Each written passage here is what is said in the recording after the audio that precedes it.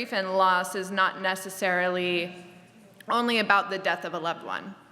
That many times in my personal life, as well as for clients, what we're really grieving is this ongoing loss of either a dream, an expectation, a desire for safety or innocence, the hope that I could have been seen, loved, or understood for who I truly am at my soul's level, and the loss of that attunement and corrective love that we're really craving. And that type of grief is something that is perpetual. Now, in my experience, I was a person, and not just a therapist, as a human. I lost my father at age 18 to brain cancer. And it was within a year from his diagnosis, he passed away. I'm an only child, and my father was my hero. At 13, I was in my own personal therapy, and the therapist asked, "Which parent are you more like, your mother or your father?" And I was, at the time, very rebellious. And I said, "I'm nothing like my father. I'm exactly like my mother." And the therapist slowed down, and she was like, "Yeah, try that again." And it's true. I was very much my father's daughter. His will to live, his excitement for life, his passion for helping others, his integrity, his honesty, these are all things that he passed down to me, and his passion for living an authentic life and being a spiritual person and being a connected person. And so the loss of him at 18 was devastating in many ways, because yes, I lost my father, but I also lost the potential for what I could have gained from his being alive. And this is the complexity of grief or loss, is that we might lose a person, but we're losing so much more than that. The hope for an experience of him meeting my kids, or being at my graduation, or being at my wedding, these events continuously bring up a sense of grief. Now, I no longer look back and feel like, yes, I've missed out on having my father, but I haven't lost out on having my father figure, because I'm able to find what I need from other supportive men in my life. But what I've lost out on the most was those fond, special moments where I felt seen on a deep level through my soul, and that I could make him proud, and that he could see the things that were proud in me. And if we continue to lose out on being seen in life, we will continue to have this complex grief, because we're looking for in something else what we can't find for ourselves. So grieving and loss, I like stories, as most of us do, right? And I was trying to think of a good mushel that I would make up myself about grief or loss. And the thing that kept coming to me is like, when we experience a situation where we've missed out or lost out on something, we have to feel grief, because it gives us the clue or the information, the emotional information, that something is now missing from us that we used to have that was part of us. But then in the loss, it's like we put on a garment that we are never able to take off. And if I grow, or I change weight, or my body changes shape. I just had a baby recently, so I'm very aware of all of these things and changing shapes. This garment has to learn how to stretch and grow with me, and I can't take off the garment of this grief. And so it's an experience that we live with on a daily basis, and that we have to learn how to grow and change within and be comfortable in the garment that we're wearing of the grief experience.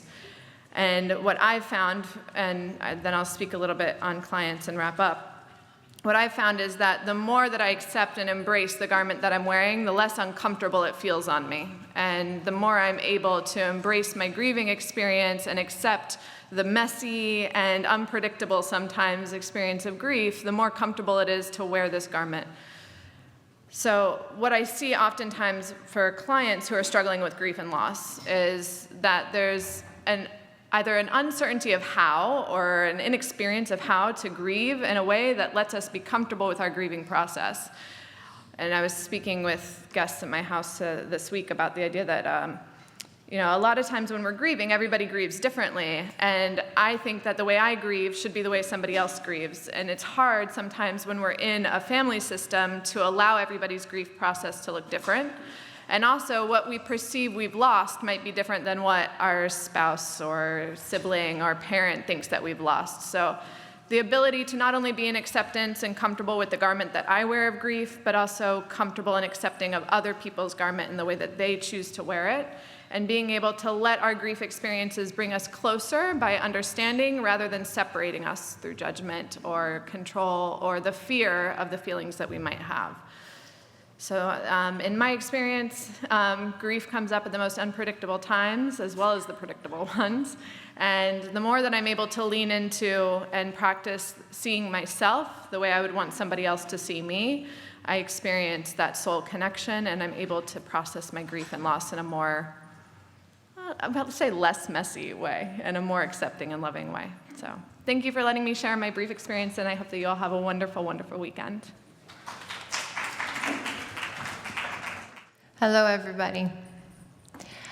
Loss is a word I don't use because I don't like it. I did lose something, but I gained so much more. It's never going to be replaced, ever. My daughter, she passed away when she was 2.5 years old from neuroblastoma. She was sick for a year.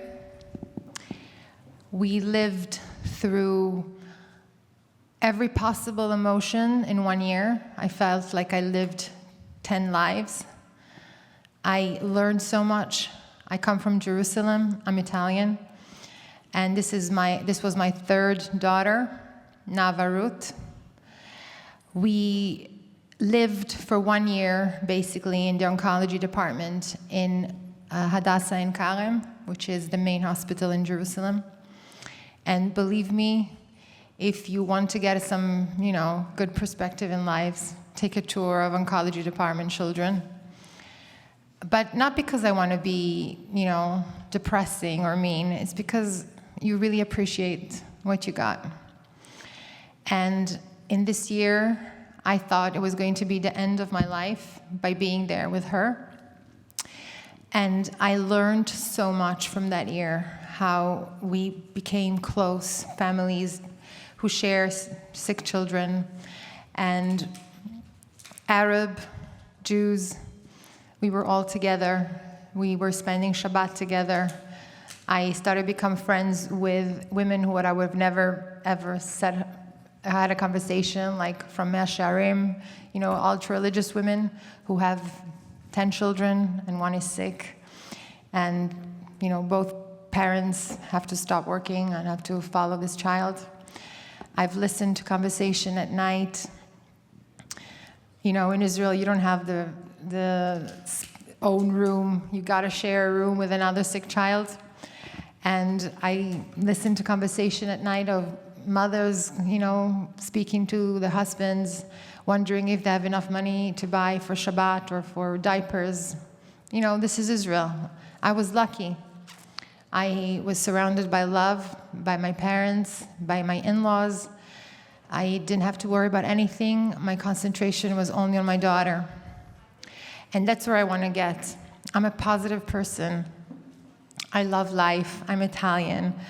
I love to eat pasta. I love to, as you see, I love to enjoy myself. I work in the media. I am a journalist now. I love music.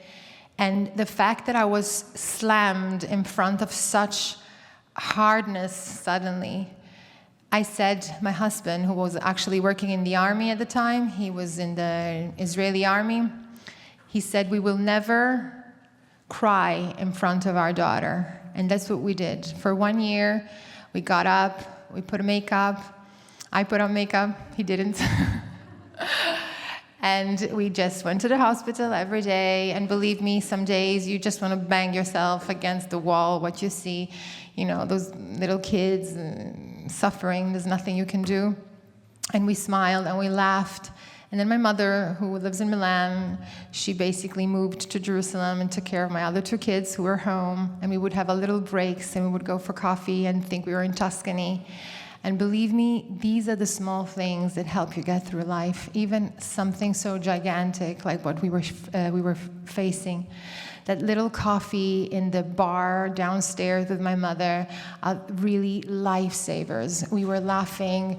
We were having, of course, when I could, my husband it was very hard to be together at the same time. Israel gives you so much also. We were surrounded by charity foundations that were coming and asking us, do you need help with your children? Do you need help financial? We were surrounded by love. So we were blessed we were in Israel.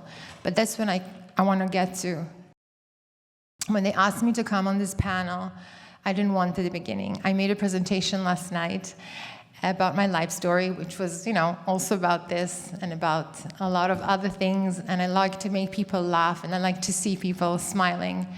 But this is the reality of life, and God chose me to carry on this message. I believe so now, after 10 years. At the moment, I thought to myself, why are you doing this to me? Why? What did I do? At a certain point, I remember myself in the hospital thinking, what do you want from me? My husband doesn't have a job anymore. He's in the army. I have a sick child. My family's falling apart. What do you want? And that's when slowly I picked myself up, thanks to the strength of my daughter, Navi. She passed away on Hanukkah, the first night of Hanukkah. Her initials, Navarut, make the word Ner, which means candle. And she passed away on the first candle of Hanukkah, and it's exactly what she was. She was a light, and there was so much light when she left that I'm still blinded. And this is what I follow. I follow her light. We started a foundation in her name. We help other children, families that need help. And she changed my life. She changed my person. The Hadassah that was before is not the Hadassah that's now. Thank God. And she changed me in better. Of course, there's a void inside me forever. I had another 2 children. But every day, I understand and I thank God what I had to go through, the strength she gives me every single day. And that's why when they tell me the word loss, I hate it, because I gained so much. Of course, she's not here. But first I started also writing. I became a writer for the Jerusalem Post, thanks to the writing that I did through the illness. So my point is, if you're going through something major, there's a reason, and try to analyze within yourself. I know it's hard, it's impossible at the moment, but eventually you will understand if you really check within yourself and understand, why am I going through this? And what is my message? I must have a role in this. I must continue something. I must do something in this person's name, whether it's a parent, a child, whatever. Do something useful and try to turn that pain in something positive, which seems, very nice to say. I know it's hard, but eventually, with a lot of faith, I was surrounded by a lot of people with faith. I had the Rebbe kept on sending me signals that, you're going to make it, you're going to survive this. And I just want to close up with I don't know how many people here have gone through something, like we all do, at a certain point in our life. I filmed a session with a very good friend of mine who lives down the road me, who lost also a daughter. We were about the same age. She lost a daughter 2 years before me in a car accident. And we're good friends. She's from Los Angeles. I'm from Italy. She has this very, like Los Angeles, Hollywood, and I'm Italy, so we have like a good combination in chemistry. And we filmed a session where we spoke for an hour about how really openly, raw as it is, how she lives through her grief, how I lived through my, whole situation, how she had a child who was instantly killed, and I had a child who had to live through pain for a year. And we almost had it like in a black humor, like she calls it. And we are so real and so down to earth. And I remember filming the session. She came to my house. I had my whole team. I have, a whole team of film. I work in journalism, so I knew exactly who I wanted at night. And she came over to me, she said, "You gotta get me drunk to do this." And that's what we did. We drank, And we started filming at 1:30 in the morning. I'll never forget it. But the staff wanted to kill me. And it came out, and we were crying and laughing, and the people who were filming us were crying. It was just like an insane scene, and we're in Jerusalem. And this video went really, really around, and I know I started getting feedback of people that saw this video that helped them so much that we were shocked how far it went, this video. And I went to a wedding a few months ago, and the lady came over to me, and she goes, I'm learning psychology. And in class, they were told about this video of 2 women, and they showed us the picture. I don't think they could have shown it because of rights, I don't know. But they told, and it's the picture of you. And I said, what? I don't believe it. Like, I couldn't believe. So what I'm saying is that when you do something and you really want to do something with your heart and you mean it, things will happen that will heal you slowly. I know it sounds, but it's real because I've lived through it. So they call me, people call me, can you help me? I lost a child. It's not easy. Every time I go to somebody that lost a child, I'm seeing myself again, But I believe so much in life and so much in that tomorrow is better than today, but today is amazing. And with this, really, I want to end, believe me, I'm scared every single day that something is going to happen again, You've had it once, why not? But I'm so blessed at the same time of what I have and the ability to help others that I just hope every day to give me the strength and give the strength to others to continue to smile and to believe and to have faith. Thank you so much.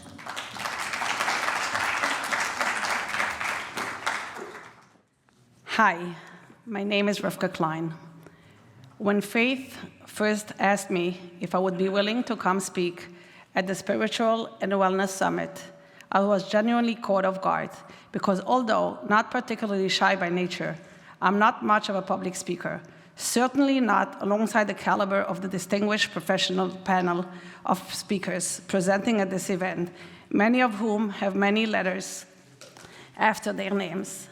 But because my personal experience may be of value to others, I started putting my thoughts onto paper to see if I could piece something together. At first, I was anxious and considered canceling.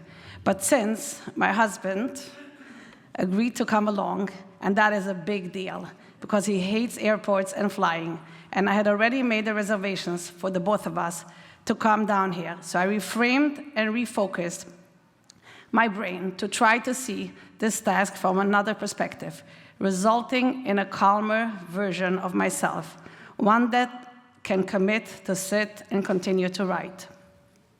There were two thoughts that helped me to get there. When it states, Dvarim hayatzim min halev, nichnasim el halev, words which emanate from the heart, enters the heart of others. It doesn't come with precondition that one needs to be a so-called speaker, professional or not, so that the words would have a meaningful impact. All that is needed is true sincerity. And if something is spoken from one's heart, the listener knows and it enters their hearts.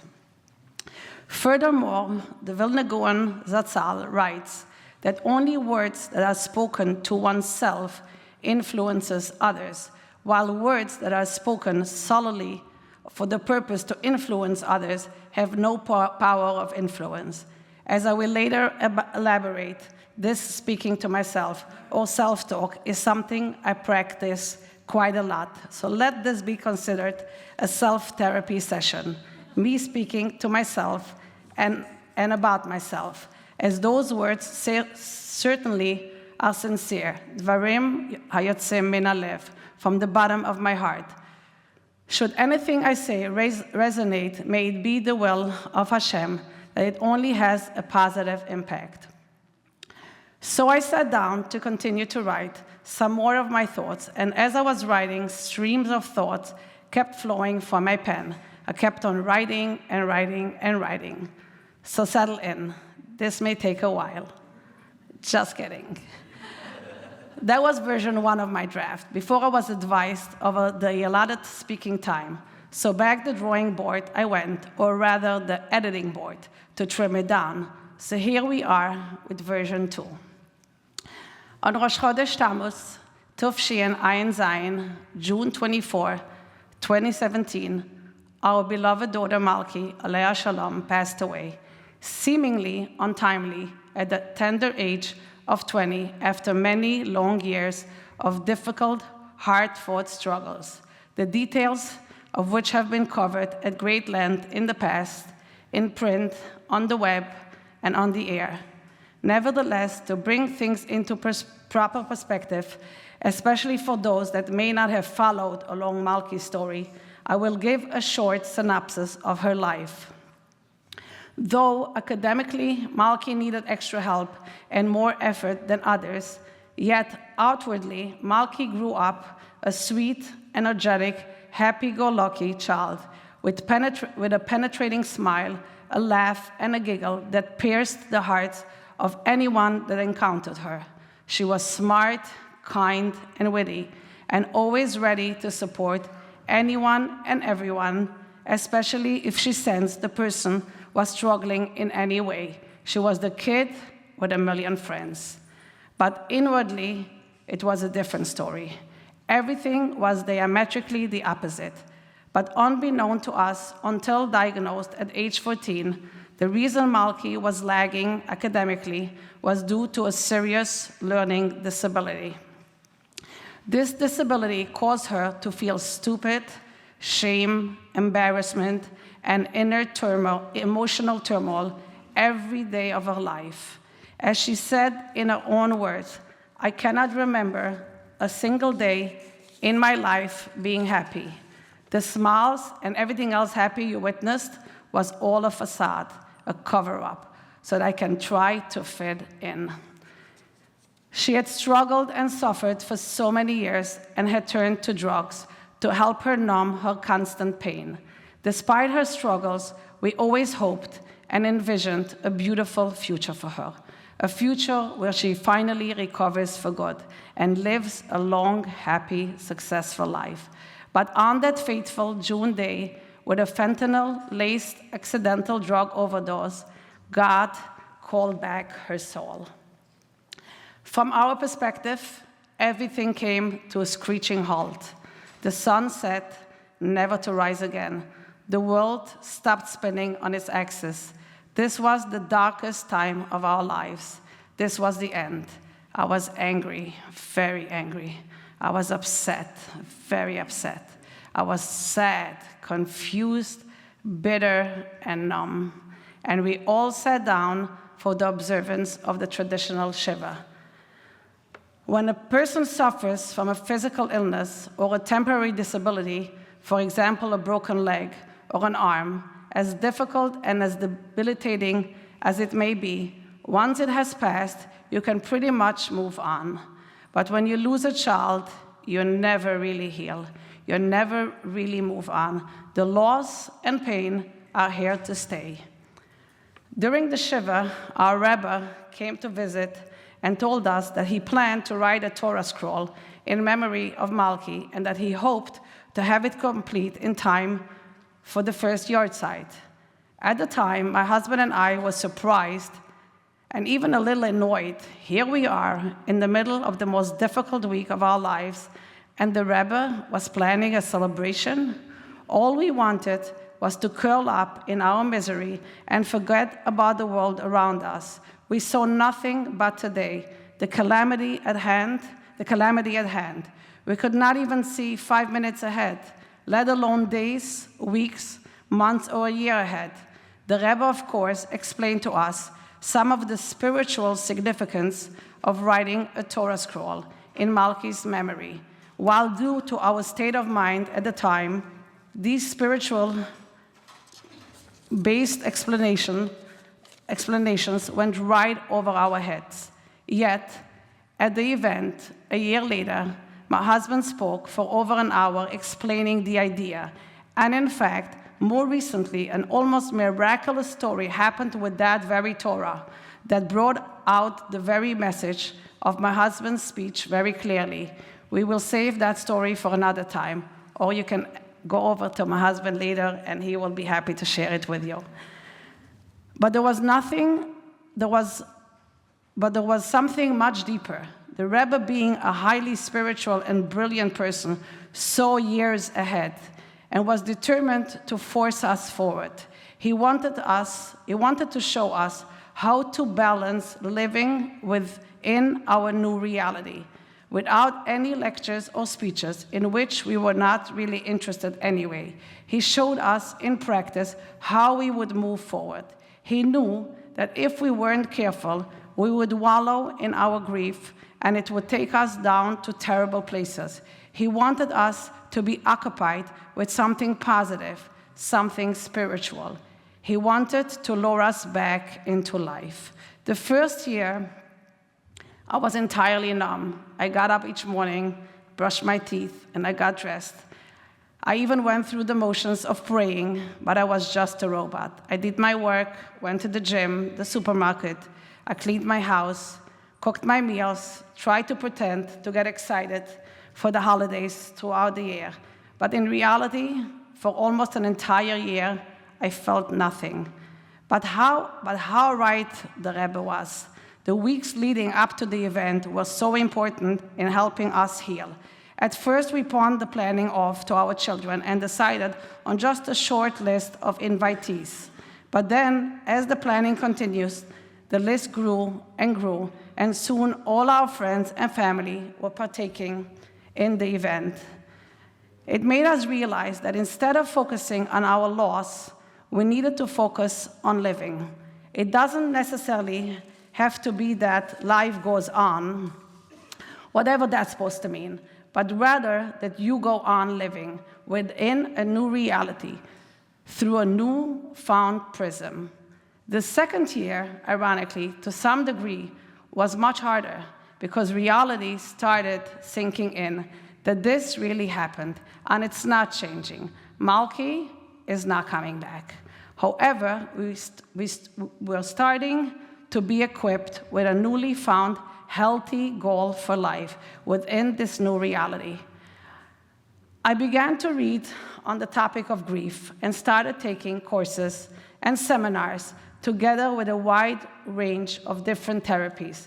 Many were helpful, but the one that was the most powerful, the one that rescued me, was the one on positive thinking, the very tools I used to write this speech. Positive thinking taught me how to connect to God.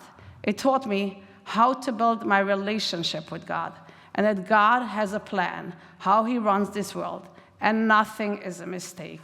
We are all here on a journey, and all of our challenges are for our growth, to make us better people.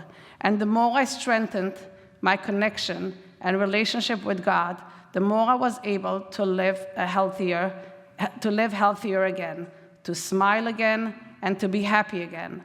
I allowed myself to completely be led by God, to trust God, and to follow God. I knew I was in the best hands. I knew that God does not need my help. I learned to internalize these ideas, and I became a happier person. I knew that I could speak to God and tell Him anything. I could ask Him for everything. That doesn't mean I will always like His answers, but I learned to accept the answers, no matter what it was. As one of Malki's most famous Instagram posts goes, God has only 3 answers. 1, yes. 2, not right now. 3, I have something better planned for you, Malki. She would always say, nothing happens without God wanting it. Not even a leaf falling off the tree. Malki was a very spiritual person, and she used that deep-rooted spirituality to help guide her through her pain. And I knew that I needed to learn from her. I need to use spirituality to help me in my pain as well.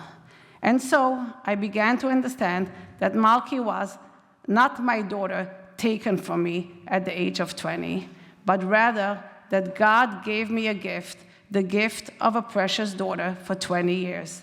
And I'm so thankful for every minute of those 20 years. Yes, even those last 6 years of Malki's severe struggling journey when things were especially challenging for her and us. I began to see the good in everything. As Malky, through her pain and struggle, would always say, "It's all good," in the best and worst of times. As an example, the last few years of her life, Malky lived in California. She was there working on her recovery. She had some good times, doing really well, while at other times, not doing so well. Deep down, we were very nervous with every relapse. So one day, we suggested she spend more time in New York to be near us. The last few months of her life, Malky was in New York a lot, and we also traveled abroad together. A few weeks before she passed, she decided to move back to New York permanently, which she did just 1 week before she passed away. She said, "I don't want to live so far away from you home any longer. I want to be near and with you." I have learned to feel grateful that at those last moments we were able to be with her. I am grateful for the memories of those last few months and all the time spent together, both at home and on the road. And slowly, my life has significantly changed for the positive. Another therapy that I took was self-regulating therapy, or SRT. In order to complete the seminar, at times, I end up taking as many as 3 sessions in a day with 3 different practitioners.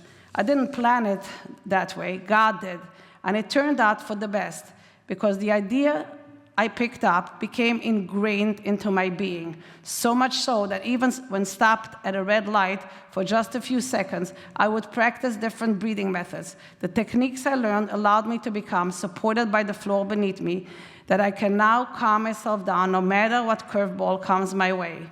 I learned to live a happy life to the degree that I have become kind of allergic to negativity. I have learned to see the good in everything. When seemingly bad things happen, I have learned to see them as good things, which God has not yet chosen to show me why it's good.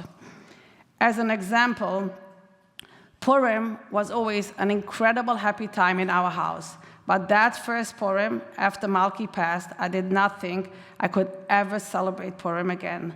It was especially difficult because the previous Purim, we had traveled with Malky to Israel, and it was a special trip. I felt that for sure I could not spend that Purim at home, and I had to go away. I decided to go to Florida with our youngest daughter, while my husband just wanted to stay home. I must admit, I was very worried that it would be a disaster. After all, who goes to spend Purim at the beach? But I relied on God. Well, it turned out to be a wonderful Purim.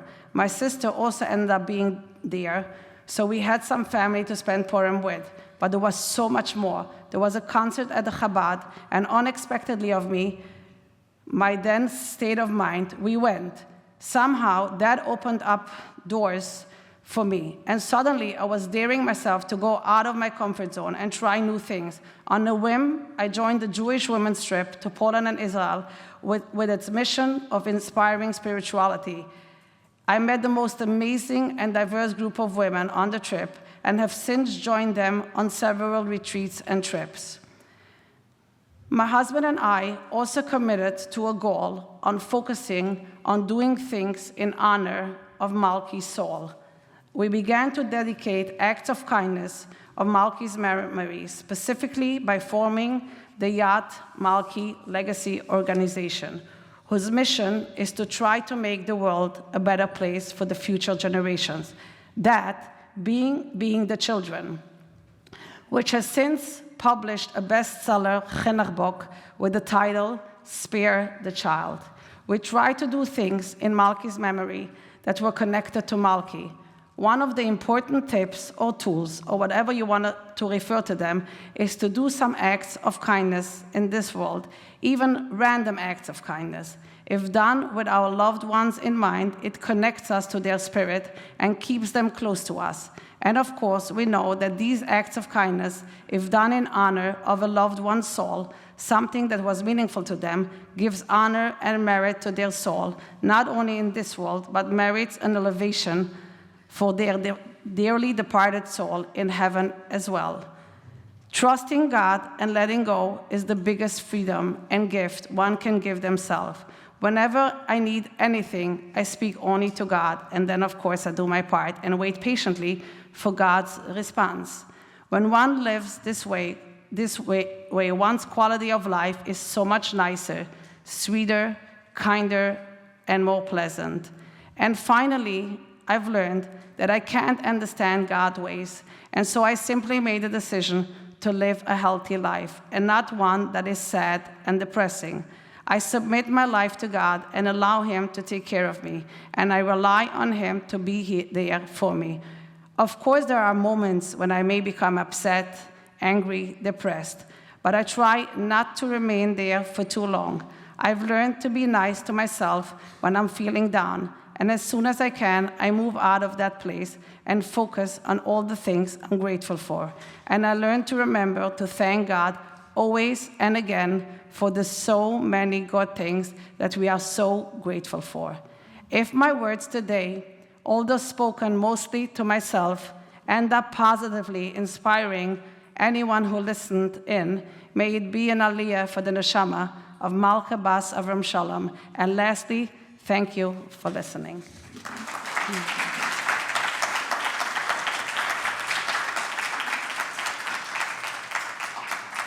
Three very inspiring stories. I have to say, it's very humbling to stand here in front of everybody. I'm grateful to Hashem. And I know that we're all here because we're united by grief. Everyone who is in this room came here for a reason. And I hope to share a few thoughts. I'm a clinical psychologist, also a marriage and family therapist, and I have been doing this work for about 30 years now. And over the decades, I have seen the resiliency of the human spirit, and I have seen Hashem's hand in healing and helping people move through the pain of letting go. I primarily work with parents who have lost their children either to suicide or to a traumatic death. And it's never easy to hear somebody's story, to get to learn their struggle.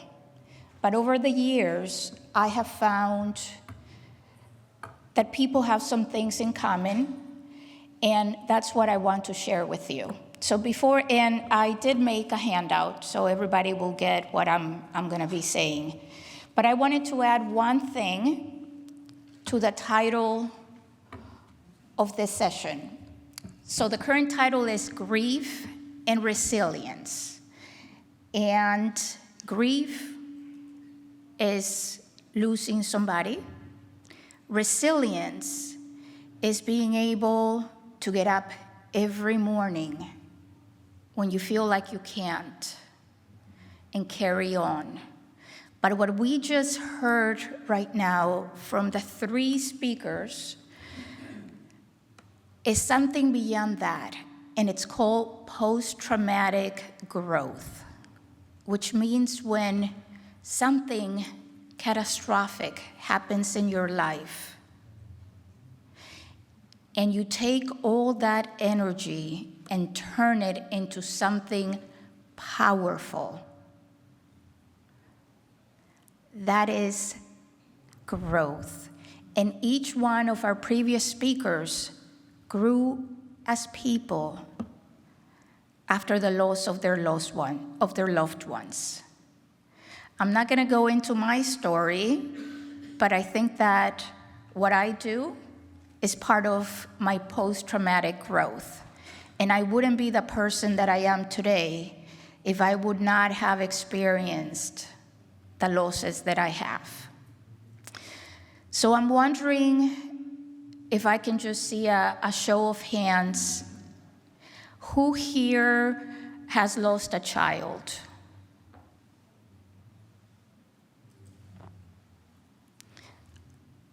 A spouse? parent, yes, somebody close to you. Okay. So we all have a lot in common. And even though it may feel like we may never be able to overcome the departure of our loved one, I want to tell you, you will survive. You will get through this. And I'm gonna share a few things that I have learned from all the families that I have worked with. One, know that you can survive. You may not think so, but you can. Struggle with why it happened until you no longer need to know why, or until you're satisfied with partial answers. Know you may feel overwhelmed by the intensity of your feelings, but all those feelings are normal. What is grief? Grief is love. It hurts so much because you loved so much. Anger, guilt, confusion, and forgetfulness are common responses. You're not crazy. You're mourning. You're grieving. Be aware that you may feel appropriate anger at the person, at the world, at yourself. It's okay to have those thoughts. You may feel guilty for what you think you did or did not do. And guilt can turn into regret through forgiveness. Having suicidal thoughts is common.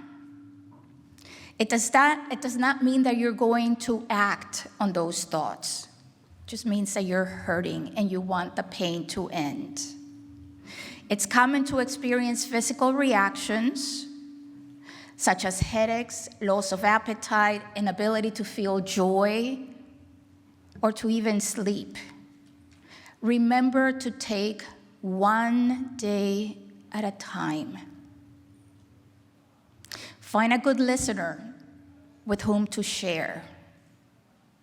Don't be afraid to cry. Tears are healing. Give yourself time to heal. Expect setbacks, because emotions do run like a tidal wave. There's going to be good moments, bad moments. Within the first year after somebody's death, put off any type of making any major decisions. That is not the time to move, to change careers, or to make any other type of big decision. Give yourself permission to get professional help and to find peer groups. There's power in being with people who understand what you're going through, and from those who have been able to move through the grief. Set your own limits. Learn to say no. If people are asking too much of you, it's okay to say no. It's okay to take a nap. It's okay to not want to talk to anyone. The thing to keep in mind is if you get stuck in that place of isolation, that's what becomes a problem. So what I'm talking about is more setting limits. Steer clear of people who want to tell you how to feel. You will find lots of people who will do that. Laugh. there's healing in laughter, just like there's healing in tears. And as the previous speaker said, positive thinking.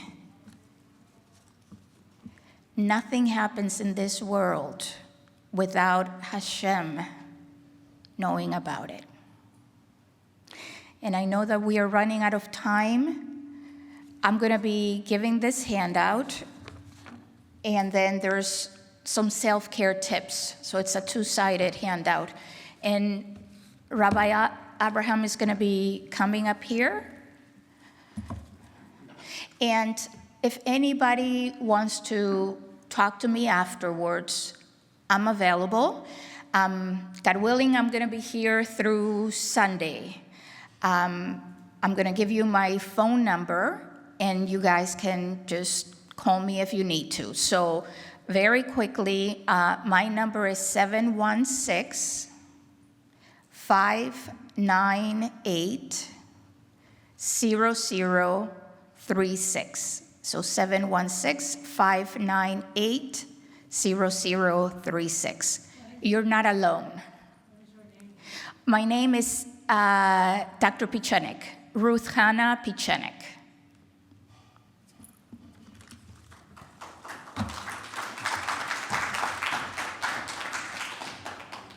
Thank you so much for all of our speakers, for your courage to get up over here. I want to re-echo what Dr. Pichenik just mentioned, that this was a mistitled talk. It really should have been about post-traumatic growth. And it just so happens to be that I'm in the middle of writing a lesson about post-traumatic growth, and it was an insight that I discovered. Post-traumatic growth doesn't happen to everyone. And scientists are trying to figure out why some people grow from these experiences and some others don't. And what they found is the two most important ingredients is, number one, to feel connected with others. You have other people to share a burden with. Last year in Israel, on Lag BaOmer, in one of the holiest Jewish sites, at the tomb of Rabbi Shimon Bar Yochai, the father of Jewish mysticism, there was the most terrible calamity, tens and tens of deaths, and they seemed to be so needless. So I turned to one of the world experts in complex grief and asked them, what message do you have for the Jewish people? I know the people around me were grappling. Their faith was coming apart. And what he told me was that a burden shared is a burden halved. If we can connect with other people, that is one of the elements that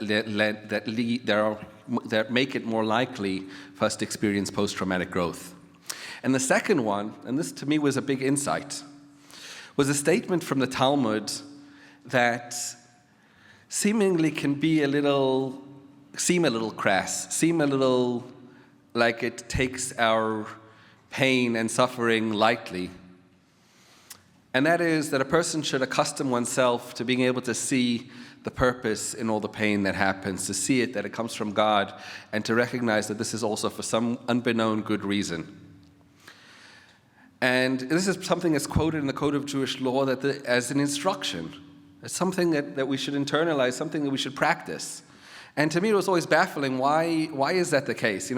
Let people grieve. Let people hold on to the pain and the suffering.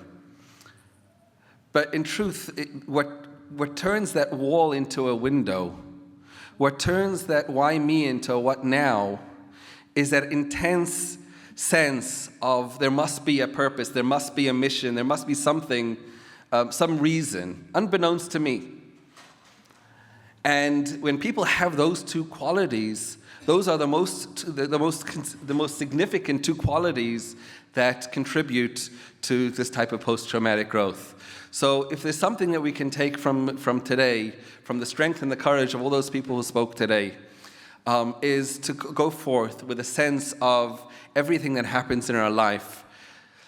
there is some meaning there. There is some purpose. We may not know what it is, but if we're looking for it, if we have this deep conviction, and if we're connected with the other people in our lives, then maybe, just maybe, we'll be able to have a growth experience from it. So I want to thank all of you for joining and to all of our speakers. Thank you so much.